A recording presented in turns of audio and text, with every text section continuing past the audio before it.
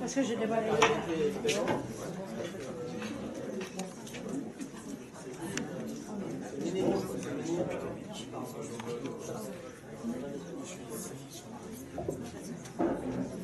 Bonjour à tous et à toutes, merci d'être ici avec nous. Nous sommes heureux de vous accueillir pour une nouvelle journée. C'est la deuxième journée pour nous. Hier, il y a eu beaucoup d'intervenants, beaucoup de choses intéressantes qui ont été dites. Voilà. Je tenais aussi à remercier, parce que avant que j'oublie, parce que j'ai tendance à oublier plein de choses. Ça commence comme ça, c'est Alzheimer. Donc je tenais à remercier toutes les personnes qui étaient présentes. Je tenais à remercier les intervenants aussi.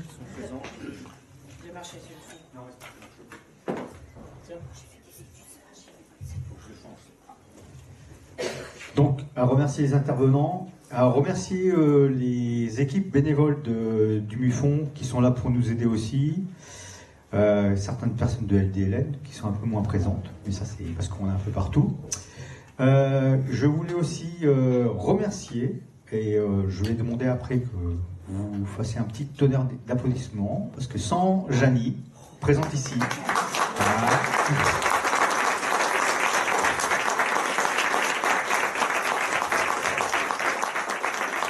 Alors, elle n'aime pas ça, c'est pour ça que je lui ai demandé de venir, elle n'aime pas ça. Donc c'est vrai que sans Janie, on n'aurait pas pu organiser tout cet événement, on a fait ça à deux, surtout elle dans la partie technique et moi un peu dans la partie un peu floue des finances, parce que j'aime bien le pognon, moi. Voilà. Voilà. Voilà. Je tenais à la remercier et surtout vous remercier aussi de votre présence. Voilà.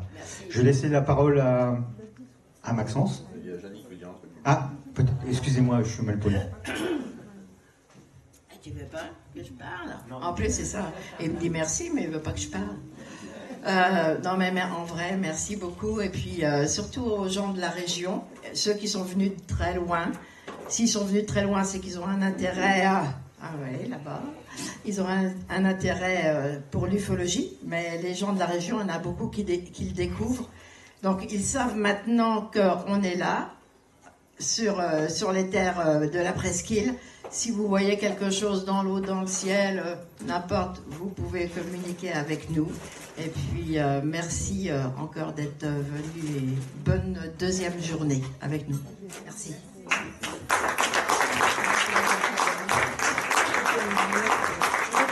Derrière moi, je me cachais. Merci Janie, merci Jean-Louis. Alors, deuxième journée, jour 2, on va débuter le bal des intervenants avec Eric Barouillet. Eric, si tu veux te lever quelques instants, comme ça on te verra, on commence à te voir. Donc Eric est directeur adjoint du MUFON France, co-auteur aussi de Omni Enquête et Témoignages, des bouquins qui est là-bas du côté du stand du MUFON. Et surtout, Eric s'occupe de la section ERT, c'est-à-dire l'expérienceur ressources team, donc qui écoute, qui accompagne, qui vient en contact ou qui répond aux sollicitations des personnes qui sont expérienceurs. Et tu as des choses très intéressantes à nous relater par rapport à ça, et bien cette dimension humaine fondamentale qui fait aussi partie du phénomène. Donc merci d'avance Eric de ce partage. Voilà, pour Eric on l'applaudit.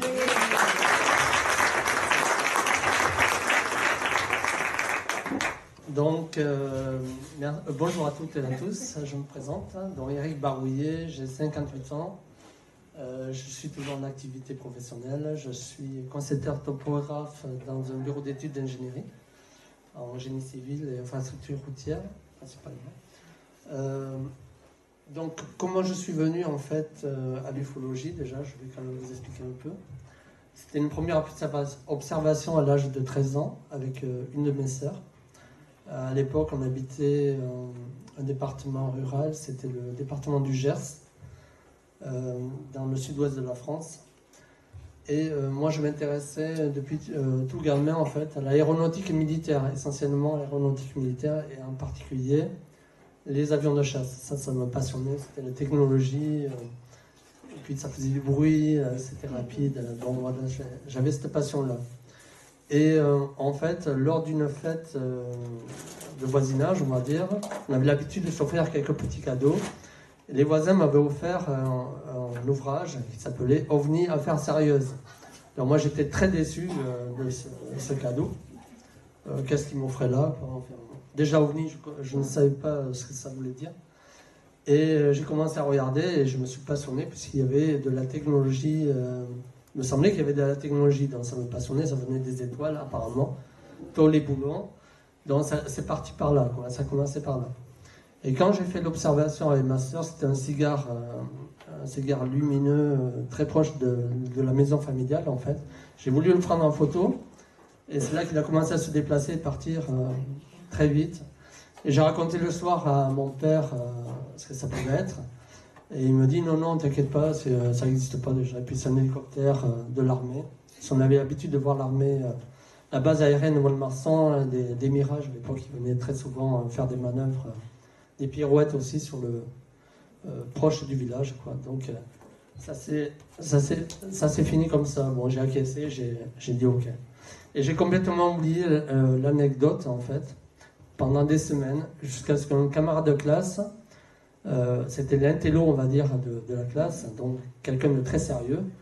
Et avant de commencer au collège son expo d'histoire géo, la prof nous dit, bon écoutez, on va écouter Jean-Pierre, il a quelque chose de très important à nous dire. Voilà, je le voyais très perturbé en fait. Et lui, à l'époque, jouait au rugby, bien sûr on est dans le sud-ouest, et en rentrant pour éviter la route départementale, la nuit, enfin le soir, il avait l'habitude de longer, d'emprunter en vélo un petit chemin en bordure de la rivière l'Adour, ce qu'on appelle l'Adour. Et pour revenir chez lui, au village, il fallait passer de l'autre côté de la rivière via un pont Eiffel, un pont SNCF. Et il y avait juste un petit cheminement, on pouvait passer sur le côté et en vélo, c'était possible. Donc quand il est arrivé au niveau du pont SNCF, le pont était éclairé, vraiment tout était éclairé.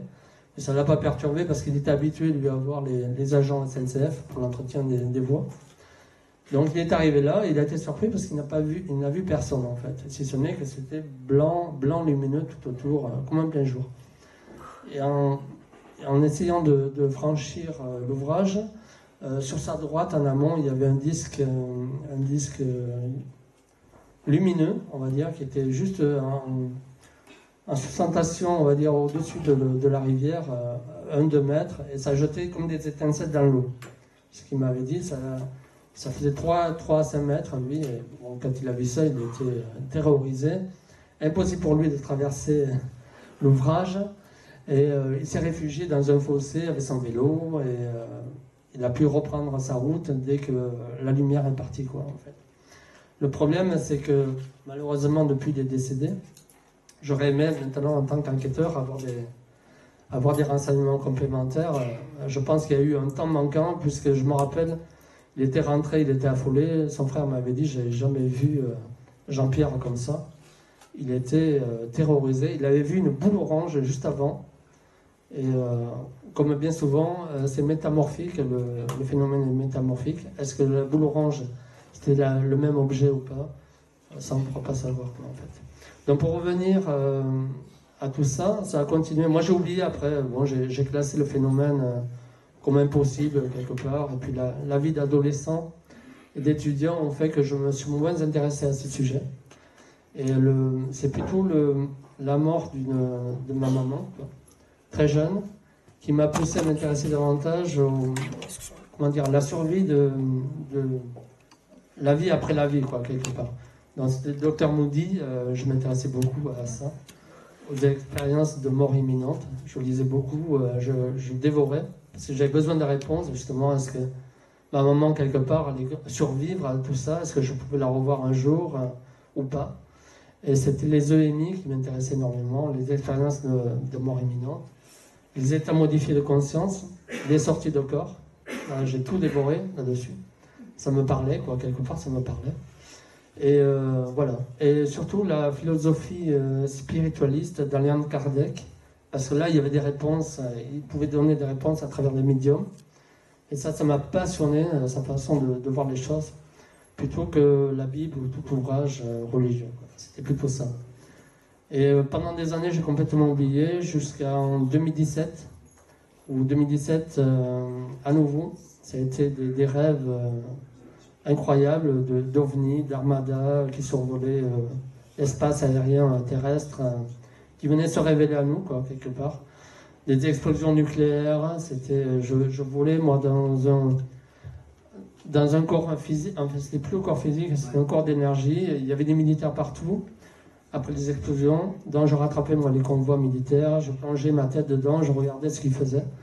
Je survolais les camps militaires, donc c'était incessant.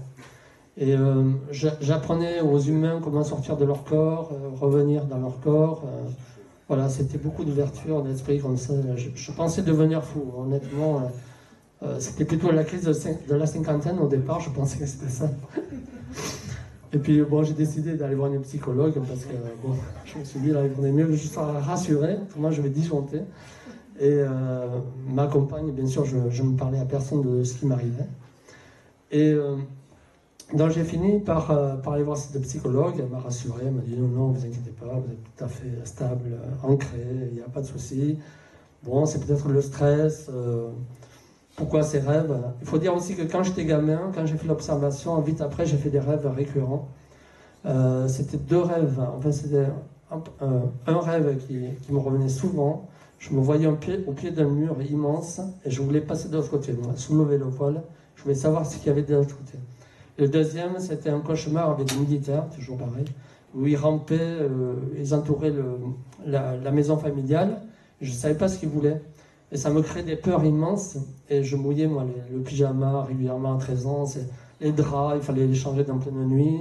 J'avais même modifié ma chambre, j'avais mis le lit dans un angle pour me protéger, j'avais une vue sur la fenêtre, une vue sur la porte, et ça a duré pendant au moins 6 mois.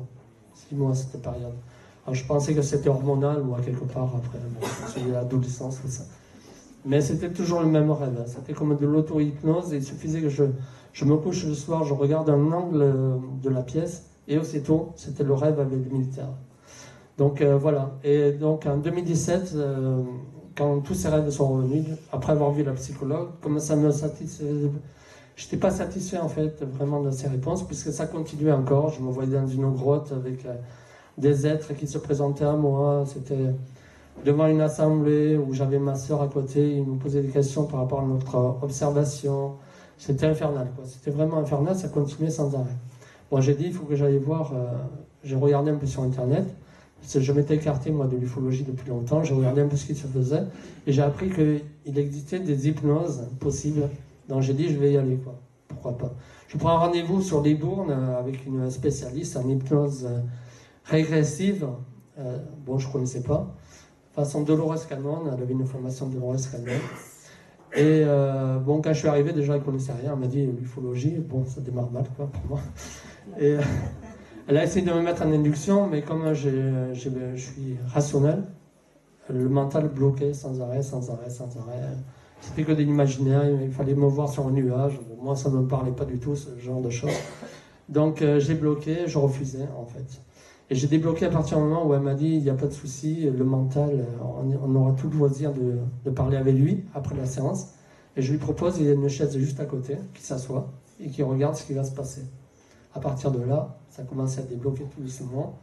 Elle m'a fait visualiser mon logement, en l'occurrence une maison, donc elle m'a fait venir devant ma maison d'entrée, enfin la porte d'entrée, ouvrir la porte d'entrée, donc ça me parlait, c'était concret. Pour moi, c'était concret, donc c'était facile. Donc décrire toutes les pièces, en gros. Et quand je suis arrivé dans ma chambre, en fait, décrire la chambre, ouvrir la fenêtre, qu'est-ce que vous voyez à l'extérieur? Bon, l'arbre du voisin, le chêne du voisin. Très bien, c'est pas difficile, vous voyez, c'est comme ça, l'hypnose. Bon, ça me paraissait facile. Et quand elle m'a demandé de créer une porte dans le mur extérieur de la chambre, bon, je me suis dit, il y a une commode, je peux bouger la commode, je crée la porte, ouvrez la porte. Et moi, je savais très bien ce qu'il y avait déjà derrière, dans le jardin, la pelouse, enfin, le parc. Quand j'ai ouvert la porte, je me suis retrouvé, non, pas du tout, dans une lumière blanche, une pièce très très blanche, lumineuse, je ne sais pas où j'étais. Et il n'y avait rien. Elle m'a demandé qu'est-ce qui se passe. Elle m'a dit non, il n'y a rien du tout. Après, j'ai commencé à voir des formes qui se détachaient. Elle m'a demandé de les appréhender, de leur venir se présenter à moi. Donc, venir à moi, en fait, un être de 2 mètres de haut, décrit de façon, ce qu'on voit en général maintenant, plutôt dégris, avec des yeux en amande, en me disant qu'ils j'étais de leur famille. Enfin, j'ai pas cru, mais alors pas une seconde. J'avais l'impression de manipuler complètement la thérapeute et me raconter l'histoire que je voulais avoir, quoi, quelque part. Donc je lui ai dit, je me disais, je vais pas lui dire, ça va la gêner encore. Et bon, elle me dit d'avancer dans le temps. Et là, par contre, ce qui m'a plus perturbé, c'est de me voir dans la peau d'un dauphin, métamorphe. Je pouvais prendre n'importe quelle apparence pour m'approcher justement de l'espèce humaine ou autre, sur une planète très aride. Voilà, c'était... Donc ça, c'était beaucoup plus parlant. Mais pour moi, je l'ai ramené à la conscience et mon inconscient, en fait. Le dauphin, c'est-à-dire la partie inconsciente de moi, parlait à la partie consciente... C'était le petit garçon, en fait. Voilà, je l'ai interprété comme ça, plutôt comme une métaphore. Donc, je suis ressorti de là avec une belle migraine pendant 2 jours. Et ensuite, j'avais une médium aussi, une amie médium. Elle me dit, écoute, viens, si je peux t'aider, viens voir. Alors, elle me dit, écoute, il va se passer quelque chose pour toi très, très vite. Je vois de la clairvoyance. Il y a une métamorphose qui s'opère chez toi. Et c'est normal, tu es venu pour ça. Tu es venu comme ça. C'est ta mission de vie, quoi. On se donne tous des missions de vie, et moi, je m'étais donné celle-là, soi-disant. Bon, tu vas quitter ton travail, tu vas voir. Voilà. J'ai dit, c'est impossible, je suis trop bien dans mon travail. Voilà. C'était les mathématiques et le dessin, donc la géométrie, c'est ce qui me passionne. Donc c'était impossible. Et effectivement, très vite, comme je n'adhérais pas toujours, mais j'avais comme un appel en moi, je sentais bien l'appel, c'était les enquêtes ufologiques. Quelque part, ça me disait enquête ufologique, il faut que tu ailles rencontrer des gens, échanger avec eux, voilà. Mais j'avais pas envie, pourquoi? Parce que pour raison familiale, l'emploi du temps, j'avais envie de passer tous mes week-ends à aller rencontrer des gens. Je préférais garder mes expériences pour moi, et puis dérouler comme ça tranquillement. Et comme je ne comprenais pas, je pense, ça a augmenté en puissance jusqu'à une interaction directe avec les grilles, ce qu'on verra après, ce qu'on appelle des grilles, péjorativement les grilles, où ils m'ont parlé télépathiquement, et là il a fallu que... En fait, je vous explique un peu la situation, c'était un dimanche au soir, les premiers rêves c'était en 2017, l'expérience c'était en 2018, en mai 2018. Je m'en souviens très bien, c'était des attentats islamistes sur Paris. Et après avoir débarrassé la table le soir, après le dîner, avec ma compagne, je regardais la télévision et je me disais à moi-même, c'est pas possible. Il y avait une personne qui avait été agressée, qui avait été égorgée, en fait, c'était horrible. Et quand j'ai pensé ça, c'est horrible, j'ai été catapulté, ma conscience a été catapultée dans un ailleurs, on va dire, centre parenthèse, indéfinissable, mais avec une intensité incroyable, incroyable. Là, mon corps physique a dû rester debout, peut-être pas bouger ou regarder la télé, mais ma conscience n'était plus là, plus du tout, quoi. Je ne voyais plus ma compagne, je ne voyais plus la télévision, je ne voyais plus l'environnement de la maison, mais c'est ma conscience qui a été projetée. Je me suis retrouvé, en fait, je pourrais décrire ça avec des mots humains, plaqué contre la paroi d'un vaisseau, translucide quelque part, et je voyais à travers. Je voyais tout ce qu'ils faisaient. C'était 2 grands êtres, toujours pareil des gris, qui regardaient la même chose sur un écran, un grand écran. Ils regardaient exactement ce que je voyais moi sur ma télé. Et déjà, ça m'a surpris. Et le plus proche s'est retourné vers moi, m'a envoyé un message télépathique en me disant que l'espèce humaine terrestre était néfaste et qu'on allait droit au chaos. Au chaos. Ils étaient là depuis si longtemps et qu'on ne progressait pas aussi peu. Et qu'ils n'avaient aucune compassion pour nous. Et ils étaient là par obligation, en fait. Donc ça a été choquant pour moi. Je me suis dit, ça va être une hallucination, je dois complètement disjoncter, ça va être une hallucination. Mais il y avait quand même cet appel profond ufologique. Donc j'ai dit, bon, ok, on y va, on verra bien. Alors je regardais sur Internet une structure qui était capable d'appréhender tous les côtés ufologiques, les hommes en noir, les abductions, voilà. Enfin, au moins cette possibilité. La seule structure qui m'est venue, c'était le MUFON. Pourquoi? Parce que l'approche anglo-saxonne a été débridée complètement. Ils ne se posent pas trop de questions à ce niveau-là. Ils y vont. C'est pragmatique. Il n'y a pas de... Voilà, il n'y a pas de... C'est direct. Donc ça me plaisait. Moi, j'avais besoin de concret, quoi, par rapport à ça. Donc ça a été très vite. Fin 2018, j'étais au MUFON. 2020 est arrivé Jani. À l'époque, il n'existait pas d'équipe IRT en France. Je vais vous expliquer après ce que c'est. C'est Jani qui a amené tout ça, en fait.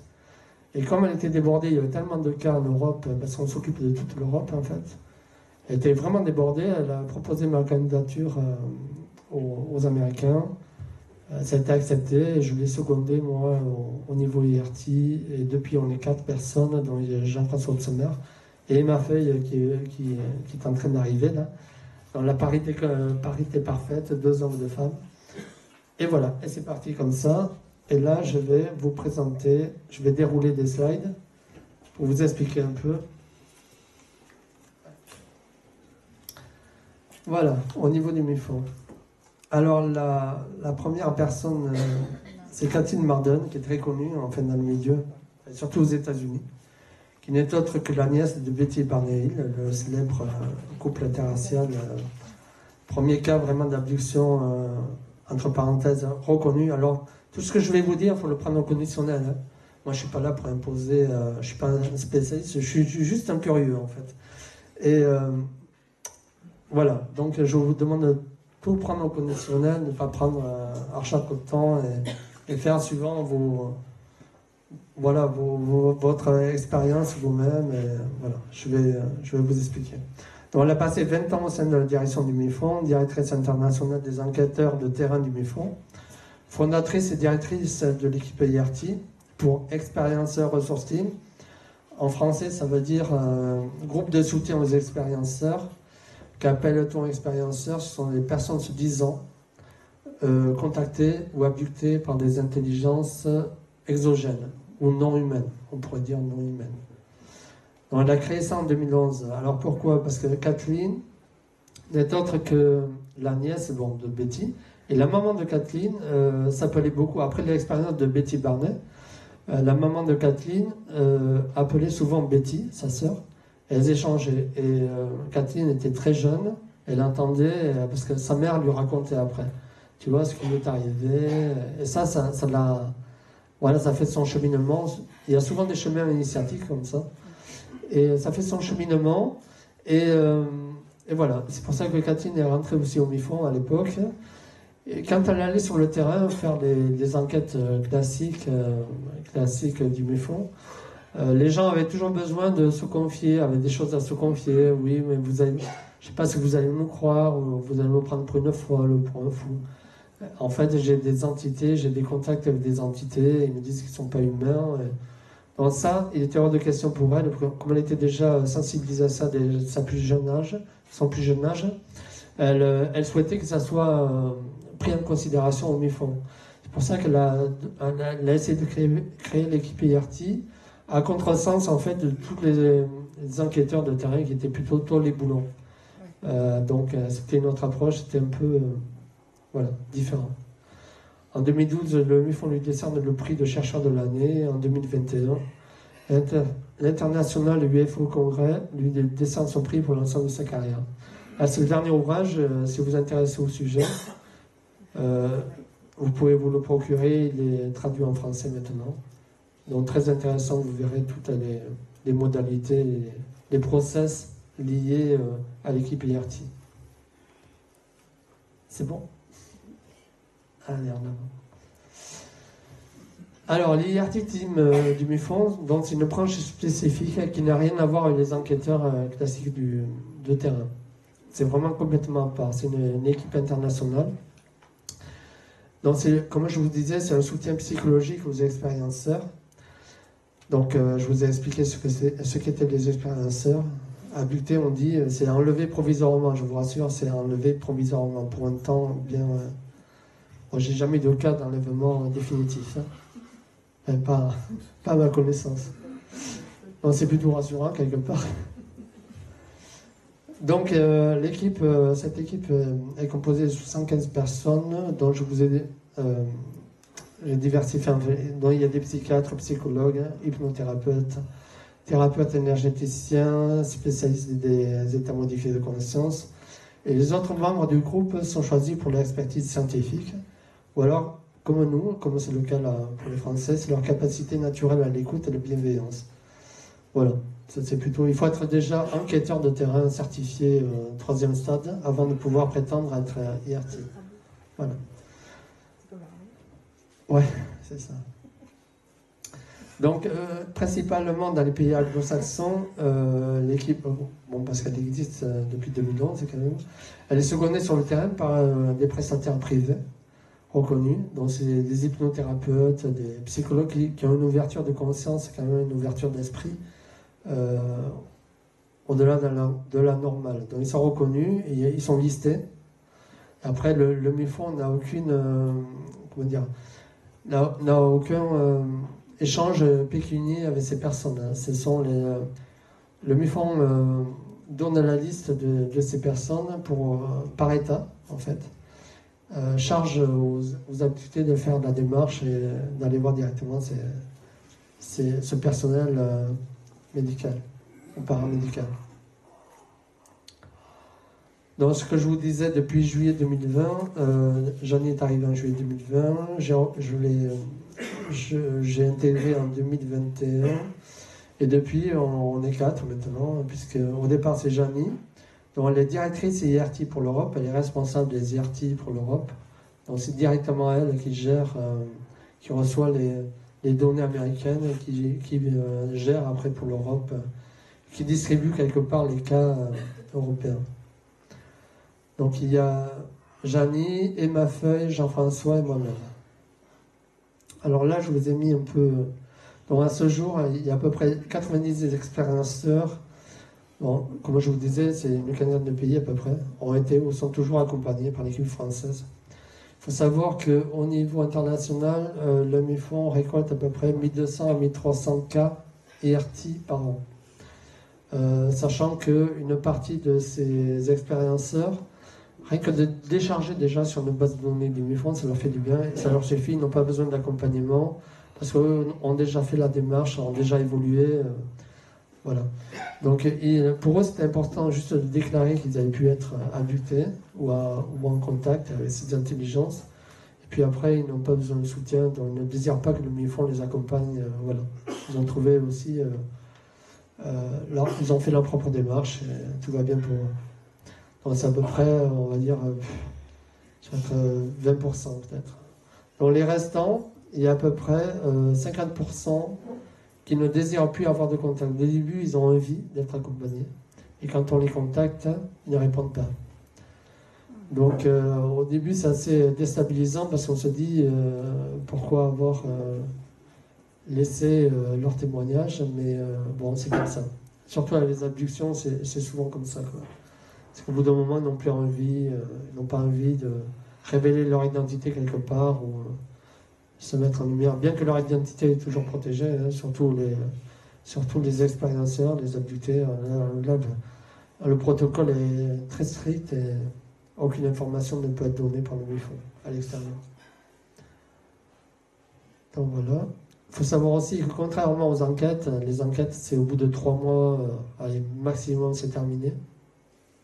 On peut classer une enquête en inconnu, ce que disait Jean-François hier, les 3% à peu près.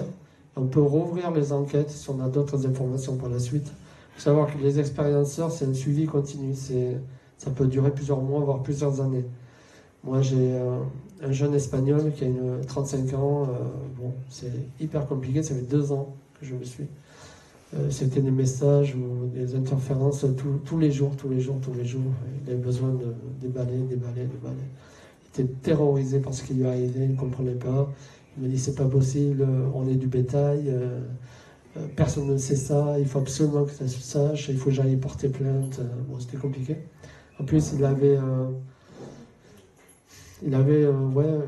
comment dire, il était plus ou moins psychotique. Je sentais bien qu'il y avait un souci psychotique aussi derrière, schizophrène.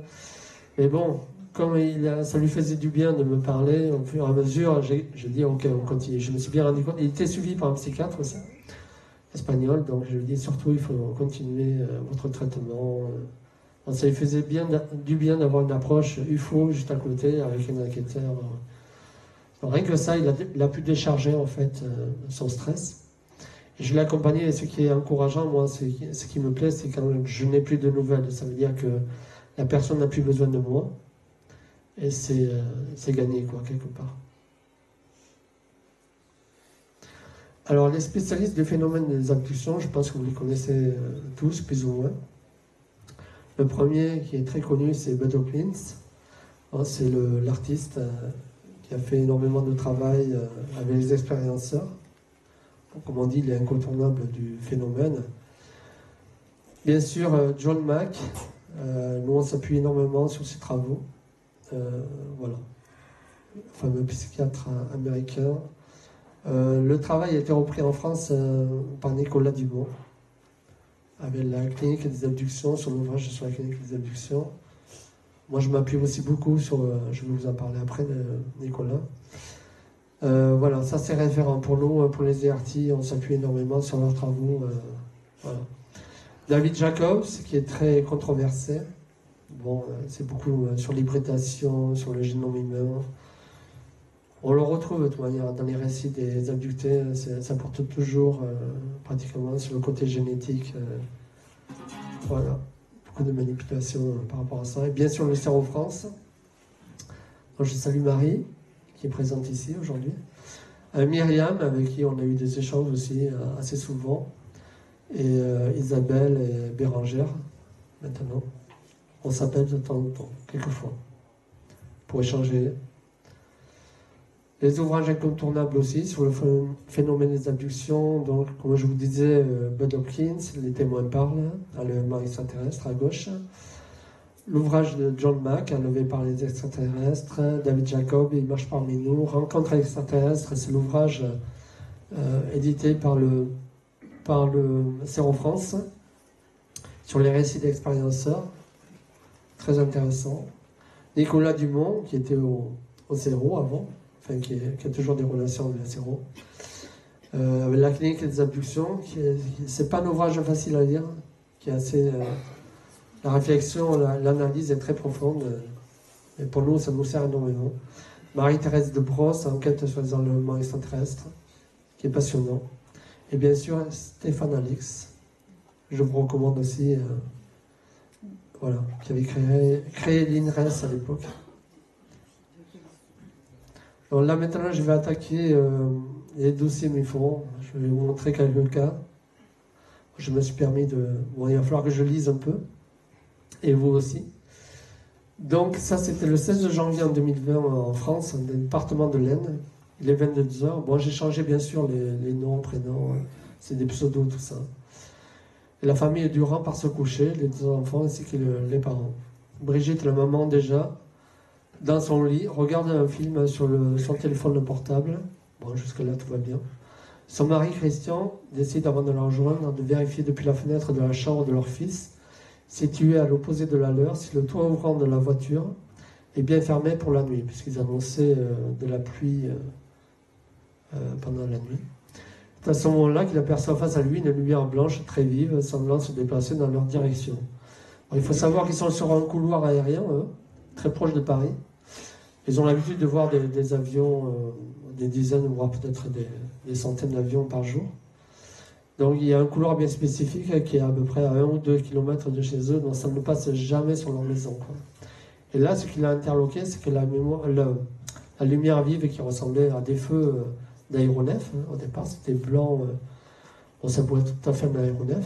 J'ai trouvé bizarre qu'il passe, parce que là, il arrivait plein au-dessus de leur maison, donc je trouvais ça bizarre.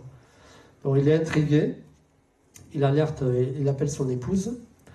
Donc leur fille de 5 ans dort profondément, mais leur fils âgé de 8 ans, réveillé par l'activité des parents, ben, il va se lever lui aussi et aller voir pourquoi ils sont un peu agités, quoi. Donc Brigitte elle prend son téléphone et décide de filmer la lueur. Donc ça paraît être une boule de lumière au départ. Enfin, c'est peut-être un aéronef, mais c'était tellement lointain qu'elle disait que ça doit être une boule de lumière. Alors la luminescence était exceptionnelle, très forte. Et elle semblait se comporter de façon inhabituelle. C'était un peu erratique. Il semblait que ça bougeait légèrement, comme ça, sans arrêt. Ça arrivait à une trajectoire rectiligne, mais par moments, ça en faisait ça. Enfin, c'était le ressenti. Voilà, elle se déplace vers la droite et puis elle se repositionne dans son axe. Et puis il y avait des halos. Par moments, il y avait des halos orangés, ça paraissait pulser. Bon, ça aurait pu être les clignotements classiques des aéronefs aussi, comme de gros cercles orangés. Ça semblait se déformer, se transformer. C'était très bizarre. Donc ils continuent de filmer. Et bientôt, la lumière est au-dessus de chez eux. Et survole leur habitation. Ça passait très lentement par contre. Et par contre, il n'y avait pas de bruit aussi. Ça, c'était très perturbant pour eux. Peut-être un effet dose, à voir. Suivie alors de son mari et de son fils, elle se précipite pour ouvrir le volet roulant et la baie vitrée donnant sur le jardin, à l'opposé, à l'arrière de la maison. Donc, en premier, regarde vers le nord, vers l'est, et après, c'était plutôt vers l'ouest. Donc, ils ont traversé le temps d'ouvrir la baie vitrée, le volet, pour essayer de regarder, de filmer. Donc, elle avait posé son portable, le temps de faire ça, et elle n'a pas pensé à reprendre le portable après. Quand il était vraiment au-dessus, il venait de passer, quoi. La surprise est de taille car apparaissant très distinctement 6 lumières jaune-orangé maintenues par une structure hexagonale.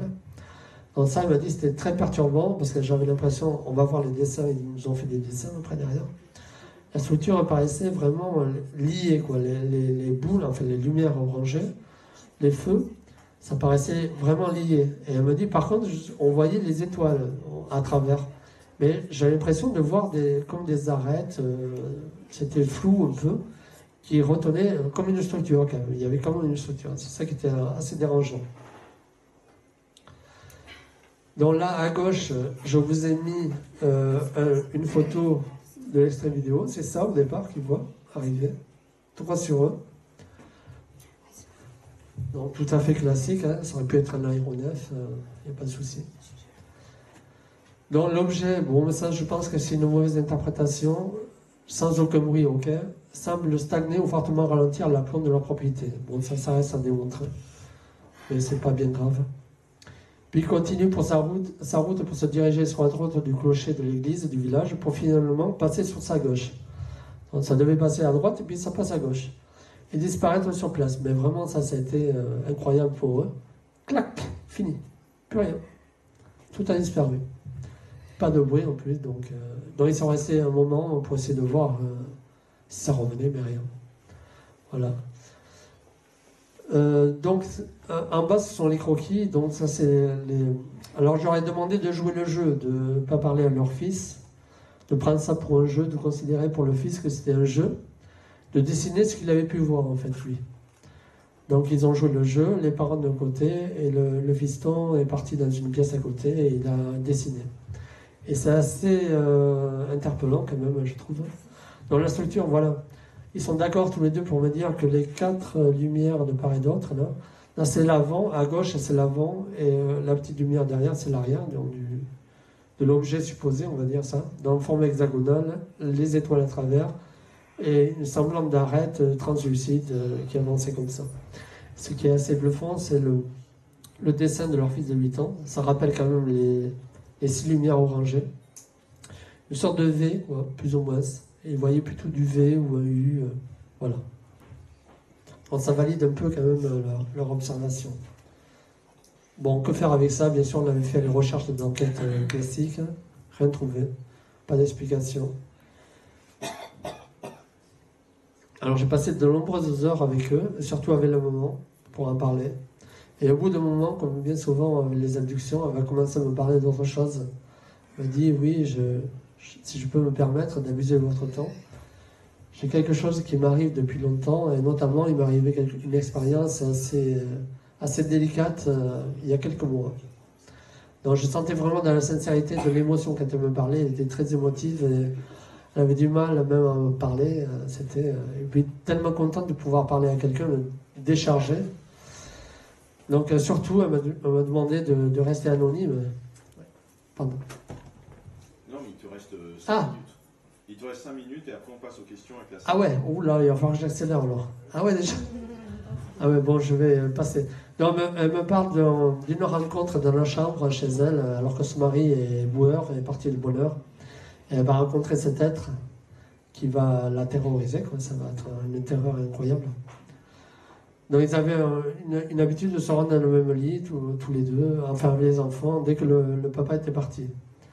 Et elle a été réveillée d'un coup, et elle aperçoit ça face à elle, en fait. Dessin de l'entité, c'est elle qui a réalisé le dessin. Elle est terrorisée, elle veut crier, mais aucun son sort de sa bouche. Son corps est rigide et paralysé. Seuls ses yeux gardent une certaine mobilité, puis elle perd connaissance rapidement. Allez, je vais accélérer alors. Deuxième cas, le 27 août 2018 en France. Moi, j'ai pris des cas français essentiellement. C'est un jeune retraité de 58 ans, Bernard, est célibataire, sans enfant, vivant seul avec ses 2 chats. Bon, c'est un ancien chauffeur poids lourd, 30 ans de vie professionnelle dans les services de l'équipement. Donc c'est une nuit paisible comme d'habitude. Alors il faut savoir que cet homme-là n'a jamais fait d'observation, en tout cas il ne s'en rappelle pas. Et lui, il va être très surpris, quoi. Quand vers 2h du matin, il se réveille subitement, face à lui, dans la pénombre, au pied de son lit, 2 silhouettes. Bon, il les prend vraiment pour des cambrioleurs, quoi. Au départ, il se dit, putain, il vient de me faire la peau. Voilà. Il a un mouvement de recul, s'adosse au montant du lit, et il s'écrie, voilà, qu'est-ce que c'est que ce bordel. Voilà, il a l'habitude, les nuits d'été, de laisser la petite fenêtre ouverte pour ses chats. Comme ça, ils peuvent rentrer et sortir à loisir. Et lui, il est persuadé qu'ils ont réussi à se faufiler à travers ces petites fenêtres pour le cambrioler et lui faire la peau. Donc, il commence à avoir un malaise parce qu'il est tellement surpris. Voilà, il est dans un état extrême d'anxiété. Par contre, il entend dans sa tête, calmez-vous, vous n'avez rien de ma crainte. Ça commence à le surprendre. Voilà, j'ai fait une petite représentation. Bon, il qualifie le message télépathique. Son cerveau, comme il me dit, était compressé. Il ne comprenait pas ce qui se passait, ça le faisait très très fort. Donc il observe 2 personnages de forme humanoïde, sans aucun mouvement stoïque. Il distingue le tronc, la tête, les bras et le haut des jambes. Le reste est caché, le plus grand d'une taille estimée à 90, le second à 50. Il distingue aussi, ce qui me dit, une sorte de combinaison très pâle, légèrement fluorescente, sans ceinture. Ils pensent qu'ils ont un vêtement, quoi. Les deux ont un vêtement très proche. Ils n'arrivent pas à percevoir leurs mains ni leur visage. Ils semblent bien proportionnés. Il arrive à se détendre, se laisser glissement sur sa gauche, avec son oreiller. En position de chaîne de fusil, il ne quitte plus du regard. Il estime être resté dans cette position quelques minutes, cherchant désespérément à communiquer. Il ne pouvait plus bouger ni ses pieds ni ses mains, paralysé aussi. Il a lutté pour ne pas fermer ses yeux. Alors il sort une sorte de baguette, l'entité la plus grande, une sorte de baguette de 50-60 cm, qui va aller toucher sous la couette le pied, son pied, ça va l'endormir automatiquement. Le lendemain matin, bien sûr, il se lève et il ne se rappelle de rien, quoi. Il ne pense pas du tout à ça, il lit son journal, il prend son petit déjeuner classiquement, et puis ça lui revient d'un coup. Mais punaise, qu'est-ce qui s'est passé ce matin, les cambrioleurs et tout. Mais j'ai rêvé, j'ai fait quoi? Par contre, il ne pouvait pas bouger sa jambe, il avait des difficultés à bouger sa jambe. Et il n'arrivait pas à la retourner, à voir ce qu'il y avait, ce qu'il pouvait, voilà. Donc ça, c'était déroutant. Et ensuite, après avoir fait l'altercation avec ces personnes, entre guillemets, il va faire un rêve, un rêve conscient, vraiment très lucide. Il se voyait flotter, voilà, au-dessus de son corps, allongé dans une sorte de tube horizontal, voilà, fait d'un verre transparent. Une machinerie, il entendait une machinerie qui tournait. Une sorte de rayonnement magnétique, des petits éclairs verts. Voilà, comme s'il était sorti de son corps. C'est la première chose qu'il me dit, c'est comme si j'étais au-delà de... Voilà. Alors il me décrit la pièce, 50 mètres carrés, circulaire, éclairage tamisé, des hublots opaques, rectangulaires. Donc il ne pouvait mouvoir que très difficilement sa jambe gauche. Il constatera également la disparition de ses douleurs chroniques, des problèmes d'acide urique, d'arthrose, pendant pratiquement un an, alors qu'il a un traitement depuis si longtemps. Et là, il va arrêter le traitement, il va être nickel pendant 2 mois. Puis ça va revenir un peu quand même. Par contre, énormément d'acouphènes. Et puis voilà, il va se rappeler avoir eu ça sur la main, les 3 petits points là, entre les os métacarpiens, en fait. 3 points identiques, parfaits. Donc, il aura échangé aussi avec son père, avec son frère sur ça. Donc, comme je vous dis, c'était une personne très discrète, cultivée, très réfléchie. Je ne cherche pas le sensationnel. Et je l'ai envoyé vers l'UCR France à l'époque. Et je crois savoir qu'il n'a pas fait la démarche, en fait. Un autre cas, là, c'est un peu plus perturbant. C'est en 2015, en France. Voilà ce que voit la personne. Donc, je vous dis, il s'appelle Armand, il conduit son véhicule. Il rentre de Paris. Il sort de l'aéroport de Nice, sur l'autoroute A8. Et juste après avoir franchi le péage, un samedi soir, bon, je crois que c'est des fêtes de fin d'année, oui, c'est ça, oui. Il est seul sur la route. Il se déplace à petite vitesse, 50 km/h, parce qu'il est en conversation téléphonique avec sa petite amie d'alors, de l'époque. Alors j'ai fait une reconstitution pour vous montrer un peu. C'est exactement au même endroit, mais de nuit, vous imaginez de nuit. Et vous imaginez ce qu'il a vu. Quelque chose qui est arrivé d'attitude, qui est plongé sur lui, qui est passé au-dessus de sa voiture, voilà, qu'il a croisé. Il me décrit ça comme une boule à facettes des années 80. En gros, ça ressemblait vraiment à ça. La taille d'une petite automobile citadine. Voilà, stupéfait par cet objet qui vient de croiser, il fait demi-tour, il essaie d'en savoir un peu plus. Il oublie complètement cette observation, lui aussi, complètement. Et même les jours suivants, ce qu'il aura fait les jours suivants, il oublie complètement. Et ensuite, il va commencer à me parler d'autre chose. Il me dit, au-delà de cette observation, j'ai eu une étrange liaison un jour, vécue avec une personne non humaine. Voilà. Alors là, bon, il faut savoir qu'il est entrepreneur, il est chef d'entreprise dans le milieu sportif. Voilà. C'est quelqu'un qui est quand même assez cartésien, j'ai pu en juger comme ça. Et il me dit, je vais oser vous parler de ça. Donc il était alors agent de sécurité sur les événements festifs sur Paris, salle de concert. Tout a commencé un soir d'hiver, voilà, en mitouflé dans sa parka. Il croise une connaissance, un copain, comme salle de soirée, et il était accompagné, cet homme était accompagné par une femme. Comme il faisait très froid, tout le monde était emmitouflé. Et bon, il la salue, mais il n'échange pas de mots. Il voyait juste ses yeux et son nez, quoi. Parce qu'elle était un peu encapuchonnée, il faisait très froid. Le lendemain, son copain l'appelle, il lui dit, écoute, cette personne, mon ami, demande à te revoir. Bon, il était très surpris. Pourquoi? Alors il prend rendez-vous dans une brasserie pour faire plus ample connaissance. Alors, comme il n'avait vu que son visage, il la découvre littéralement subjugué par sa beauté. Il me dit vraiment, une femme, j'ai jamais vu une femme aussi belle. Et vraiment, elle était proportionnée et magnifique. Bon, pour un mec, c'est normal. Jeune femme blonde, cheveux longs, de taille moyenne, élancée, classe, très bien habillée, attirante, magnétique, âgée d'une trentaine d'années. Lui aussi, physique plutôt avantageux, rompu aux arts martiaux, voilà, sport de combat, voilà. Donc il m'a dit que c'était vraiment quand même froid, quoi. La relation était très froide à la première relation, il ne savait pas trop comment aborder. Il est très intrigué quand même, pourquoi est-ce que c'était... Donc il va me dire que le manque de communication dans le couple, ça va être un frein très vite. Et alors il mettait sur la timidité qu'elle pouvait avoir... sur peut-être un trauma qu'elle pouvait avoir, une aveugle. Donc elle parlait presque pas, très secrète de sa vie, pas d'amis, pas de famille, sans humour, sans émotion, aucune compassion sur des sujets affectifs, aucune vie sociale ni professionnelle. Alors il était déconcerté en fait vraiment par cette relation. Et ce qu'il avait remarqué, c'est que dès que cette femme rentrait à son compagnie, bon c'était assez... pour lui c'était quand même bon, sympa. Mais il voyait qu'elle subjuguait tout le monde, quoi. Autant les hommes que les femmes, quoi. Dès qu'il la voyait, bon, c'était assez incroyable. Et cette dernière soirée avec elle, elle ne l'entendra jamais. Il était passé la voir en fin d'après-midi dans son bel appartement. Alors, elle ne sait pas. En fait, elle ne travaillait pas. Il ne sait pas d'où sortait l'argent, quoi. Il ne comprenait pas. Donc, c'était rue Blanche, dans le 9e arrondissement de Paris. Comme il me disait, ils étaient tous deux dans le salon, confortablement installés dans les fauteuils, face à face, se tenant la main, les visages à moins de 50 cm. Vous se tenez les mains à 50 cm. Il me dit, je l'avais là. Et voilà. Et là, il y avait des bruits de travaux dans la rue, juste à côté. Donc, qu'est-ce qu'il fait, lui? Il entend le marteau-piqueur, je ne sais pas quoi, il y avait un bruit. Donc, il fait ça, il regarde, et il revient. Et quand il revient, face à elle, il voit ça.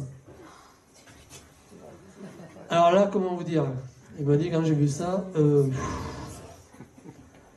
suis habitué à la violence, soirée, festive, éventuellement, mais là, lui, il n'avait aucune connaissance ufologique, abduction, rien. Il m'a dit vraiment un reptile. Un reptile. J'ai vu un reptile face à moi. Alors il est pétrifié, il est horrifié, vraiment. Bon. Pour lui, il a considéré que c'était un démon, quoi. Que c'était un démon incarné, ou qui avait une apparence, qui séduisait justement pour avoir voilà, l'emprise sur les hommes en général. La peau crevassée, caillée, on dirait une tête de reptile. Alors comme il me dit, hein, moi je n'avais pas peur, hein. Moi j'aimais bien la castagne, donc ça ne me faisait pas peur. Mais ça, il m'a dit, j'étais tétanisé, hein, tétanisé. Elle a ressenti, elle m'a dit, j'ai bien compris, j'ai bien vu dans ses yeux qu'elle avait compris qui elle était, que j'avais compris qui elle était. Donc il n'était pas préparé à ce type d'interface, terrifié. Il arrive néanmoins, il m'a dit, j'ai inventé vraiment au rendez-vous au dernier moment. Ah oui, j'ai oublié de te dire. Surtout que la porte était fermée à clé de l'appartement. Alors, il m'a dit, voilà, il a prétexté un rendez-vous médical pour partir, quoi, en fait. Alors bon, je lui ai posé plusieurs questions, j'ai essayé de savoir plus par rapport à ça. Est-ce que c'est pas une méprise, une hallucination? Mais non, il m'a dit vraiment, vraiment non. Il a tout. Il y avait un petit éclairage juste à côté, donc on était bien éclairé quand même, une petite lampe de salon. Non, pour lui, non. C'est vraiment ça, ce qu'il a vu. Donc il est persuadé que sa compagne, enfin cette femme, entre guillemets, a parfaitement compris son malaise et très certainement ressenti sa peur. Ça c'est sûr. D'ailleurs, il ne cherchera jamais à la revoir, ni d'ailleurs son copain, parce que je lui ai posé la question, mais qu'est-ce qu'il en dit, ton ami? Ouais, mais tu sais, quand j'ai vu ça, moi j'ai coupé, j'ai pas cherché à en savoir plus, parce que j'avais trop peur, quoi. Je me dis, pareil, ça allait me manger, on va t'en savoir. Donc non, il n'a jamais cherché à aller plus loin, en fait. On va, si tu veux, Eric, on va s'arrêter là au niveau des cas que tu vas nous partager.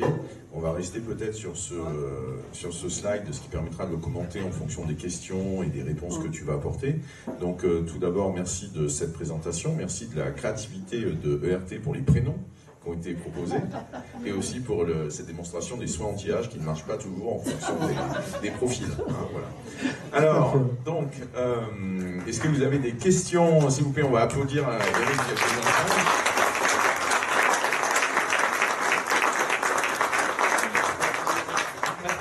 Donc là, on voit bien que, par rapport à ceux d'entre vous qui pouvaient commencer à lire ce slide, qu'il est assez important.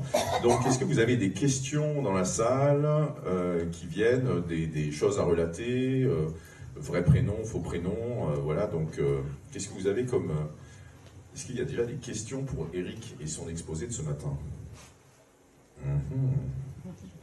Vous digérez l'information, d'accord. Ah, si, il y en a une là. Eric, question. Ouais.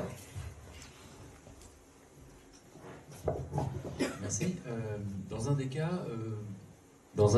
vous parlez de photos et de vidéos et vous les montrez pas. Pourquoi? C'était quel cas? C'était lequel que vous avez, dont vous parlez? C'était le cas de la famille avec les enfants qui ont vu un hexagone. C'est-à-dire que le problème... Ils ont filmé. Voilà, le film, qu'est-ce qu'on voit sur le film? En fait, on voit cette lumière blanche qui arrive, qui s'en rapproche. On ne voit que ça sur la vidéo, en fait. C'est pour ça que j'ai pris l'extrait. Et comme ils ont traversé le pavillon pour passer de l'autre côté, elle a posé son téléphone portable. Elle n'a pas continué à filmer. Donc ils n'ont pas de film rapproché, justement, parce qu'ils ont vu que quand ça allait passer par-dessus, comme ça rapprochait beaucoup, en fait, comme elle m'a dit, j'aurais dû continuer à filmer là, quand il était vraiment proche. Mais elle m'a dit, je ne sais pas pourquoi. On a dit, vite, vite, il faut qu'on passe de l'autre côté. Et voilà. Donc c'est assez frustrant aussi, ouais. J'aurais aimé, moi aussi, avoir. Une autre question. Oui, j'en ai jamais parlé jusqu'à présent. C'est le moment peut-être. En 2017, comme je dormais toujours sous les étoiles, comme d'habitude, est arrivé sur la droite. Alors, comme j'étais ouverte en 2016, je ne savais pas trop, et je ne pensais pas qu'il y avait des vaisseaux en forme ronde, enfin de forcerie. Et je vois sur la droite, mais alors, le calme était encore plus calme que d'habitude. Il n'y avait pas un bruit, pas un oiseau, rien. et plus gros qu'un ballon quand même, mais ça ressemblait à une mini-planète. Je dis, c'est quoi ce truc, une mini-planète rousse, avec des taches comme quand on voit des taches sur les planètes. Je dis, il y a des petites planètes comme ça, puis ça avance pas comme ça, une petite planète, je comprends pas.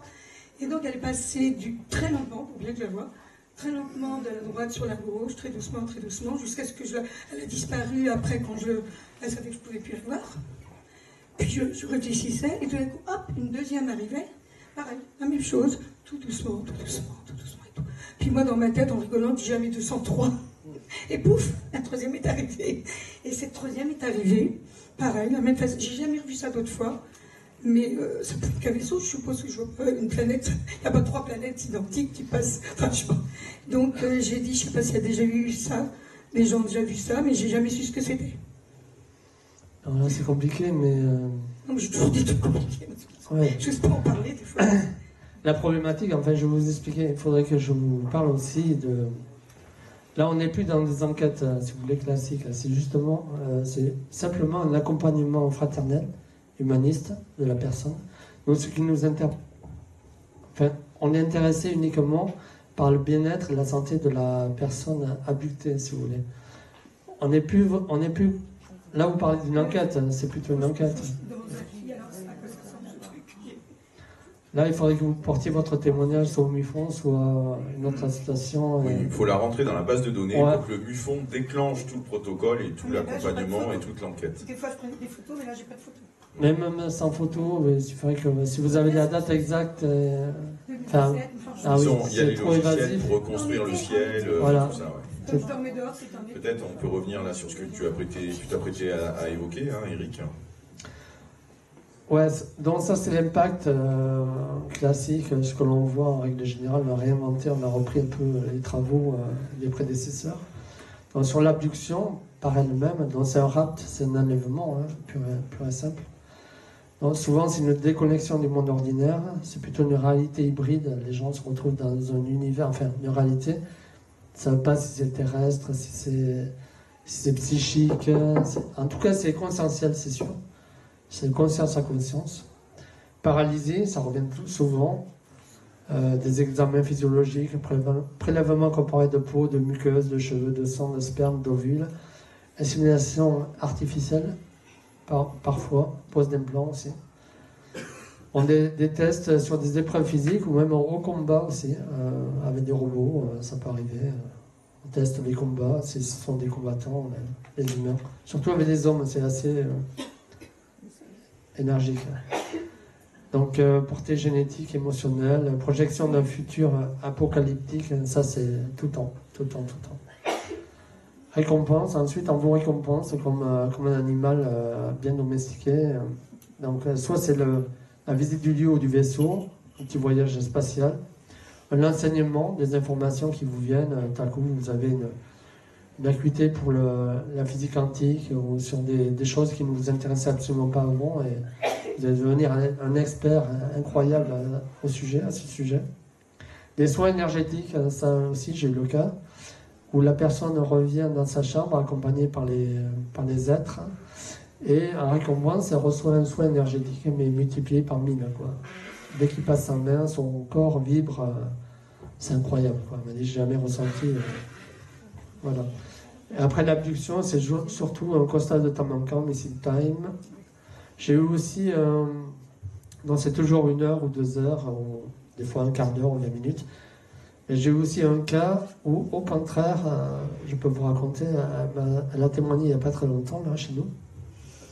Elle se déplaçait en voiture, enfin, si j'ai le temps de raconter vite fait le contexte.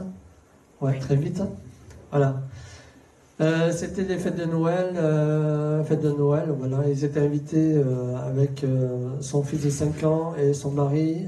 C'était un vendredi soir, c'était le réveillon du 1er de l'an. Donc ils étaient invités chez sa mère. À l'époque, elle avait une trentaine d'années, son fils de 5 ans, et le mari devait les rejoindre en fait. Mais le mari faisait la fête en fait. Après le boulot, ils ont fait l'apéro, ils faisaient la fête. Et à 23h, il n'était toujours pas là, donc à l'époque, il n'y avait pas les portables. C'était les années 90, milieu 90. Donc elle appelle depuis sa mère, elle appelle le bureau. Et le collègue répond il n'est pas prêt de venir, il fait la fête, je ne sais pas s'il est en état de venir. Et d'ailleurs, il danse avec une secrétaire. Là. Ça l'a mis à un rogne.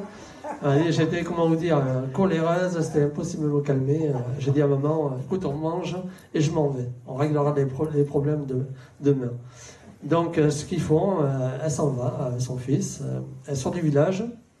Elle attaque sur la route départementale. Et ce soir-là, il n'y avait personne sur la route. Bon, c'est pas étonnant puisque c'était le réveillon. Donc, elle me dit, je ne m'inquiète pas. Enfin, moi, je pensais à rien du tout. L'ufologie, elle ne connaissait pas. Donc, elle commence à... C'était une vieille Roland 19 qu'elle avait. Donc, le gars qui lui avait vendu, il lui dit, bon, passez le 110, faire attention, parce qu'elle ne serait pas passée au contrôle technique maintenant. Donc, elle me dit, ça faisait du bruit. Bon, c'était comme ça. Donc, elle attaque la route départementale, et vite, quelques secondes après, elle voit une lumière derrière elle. Mais vraiment, qui se rapprochait très très vite. Elle me dit, putain, mais c'est le fou, il roule comme un fou, et on commence à avoir peur. Mais la lumière était tellement imposante qu'elle a pensé de suite à un semi-remorque. C'était trop grand, quoi. Vraiment, c'était trop grand. Et à l'époque, elle n'avait pas le rétroviseur central, juste les rétroviseurs extérieurs. Et on n'arrivait pas à bien distinguer. Donc, demander à son fils, tu peux regarder, regarde. Mais maman, je vois rien, il n'y a qu'une grosse lumière, grosse lumière. Alors, elle a commencé à accélérer, parce qu'elle roulait à 90 par là. Elle a commencé à accélérer sans